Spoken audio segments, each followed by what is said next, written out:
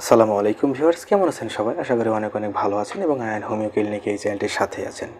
Viewers, আজকে কথা বলবো ইনসোমনিয়া, অনিদ্রা অর্থাৎ ঘুমের সমস্যা। ঘুমের সমস্যা কেন হয়, এর কারণ এবং লক্ষণ নিয়ে কথা বলবো। ইনসোমনিয়া বা অনিদ্রা এমন একটি সমস্যা যা কিনা যে কারোর কাছেই ঘুমিয়ে পড়াটা অনেক কষ্টসাধ্য একটি ব্যাপার হয়ে থাকে। ঘুমাতে অসুবিধা হয়ে থাকে এবং ঘুমিয়ে পড়লেও বারবার আপনি জেগে উঠতে পারেন। অর্থাৎ আপনি একবার ঘুমিয়ে গেলেন, দেখা যাচ্ছে কিছুক্ষণ পরে খুব তাড়াতাড়ি আপনি আবার ঘুম থেকে জেগে উঠছেন এবং আপনার ঘুম ভাঙার পরে আপনি অনেক ক্লান্ত বোধ করছেন। তাই শুধুমাত্র যে আপনি ঘুম থেকে জেগে উঠছেন এটি কিন্তু নয় এবং ঘুমাতে পারছেন না এটিও কিন্তু নয়। আপনি আপনার দৈনন্দিন কাজকর্মে আপনার নানাবিধ সমস্যা সৃষ্টি হচ্ছে এবং আপনার জীবনযাত্রার মানও কিন্তু এই ঘুম না হওয়ার কারণে অনেক সমস্যা হচ্ছে। ভিউয়ার্স, কম বয়সী মানুষদের চাইতে একটু বেশি বয়স্ক ব্যক্তিদের ক্ষেত্রে এই ঘুমের সমস্যাটি একটু বেশি হতে দেখা যায়।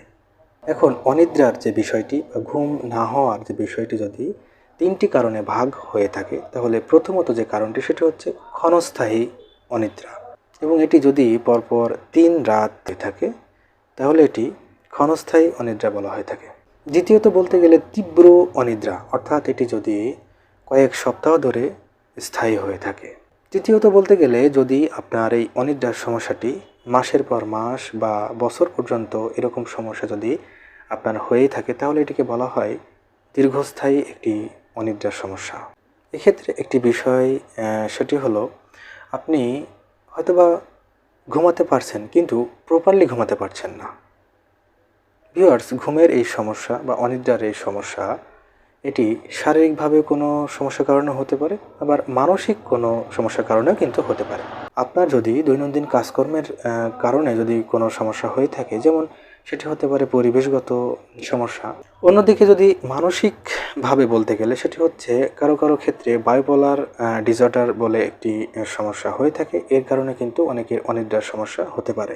এছাড়াও বিষণ্ণতা, উদ্বেগজনিত ব্যাধি এবং মানসিক ব্যাধি, এছাড়াও শারীরিকভাবে দীর্ঘমেয়াদী ব্যথা বেদনা এবং পালমোনারি হাঁপানি এবং স্লিপ অ্যাপনিয়া, আলঝেইমার রোগ, আর্থ্রাইটিস, শারীরিক বিভিন্ন ব্যথা বেদনা এছাড়াও নানা কারণ কিন্তু হতে পারে। ভিউয়ার্স, এখন ভাবুন আপনার সমস্যা কোনটি, সেই সমস্যাটিকে আপনাকে আগে দূর করতে হবে।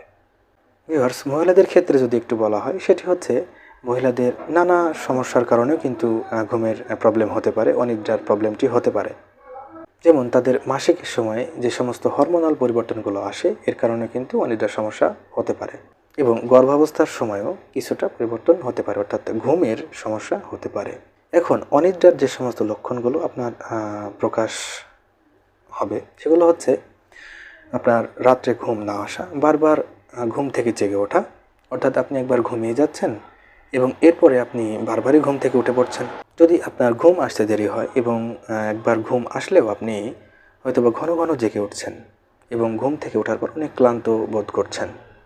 আবার অনেকের ক্ষেত্রে ঘুম তো আসেই কিন্তু খুব ভোরের দিকে তার ঘুম ভেঙে যায়, অর্থাৎ এরপরে তিনি শত চেষ্টা করলেও কিন্তু ঘুমাতে আর পারেন না। ভিউয়ার্স, এই ঘুম না আসার কারণে আপনার শারীরিক এবং মানসিকভাবে অনেক পরিবর্তন কিন্তু আসতে পারে। যেমন আপনার ক্লান্তিবোধ আসতে পারে, যে কোনো কাজে আপনার মনোযোগটি আগের চাইতে অনেক কমে যেতে পারে, আপনার মেজাজ খিটখিটে হয়ে যেতে পারে, আপনার আচরণগত কোনো সমস্যা দেখা দিতে পারে, আপনার কাজকর্মের ব্যাঘাত সৃষ্টি হতে পারে। একটি পর্যায়ে এসে আপনার ইনসোমনিয়া বা অনিদ্রার সমস্যা কিন্তু পরিপূর্ণভাবে দেখা দিতে পারে। ভিউয়ার্স, আশা করি এই বিষয়টি আপনাদেরকে আমি বোঝাতে পেরেছি। ভিউয়ার্স, সকলেই ভালো থাকবেন এবং সুস্থ থাকবেন এবং আয়ন হোমিও ক্লিনিক এই চ্যানেলটির সাথে থাকবেন এবং চ্যানেলটিকে অবশ্যই সাবস্ক্রাইব করে রাখবেন। দেখা হবে অন্য কোনো নতুন একটি ভিডিওতে।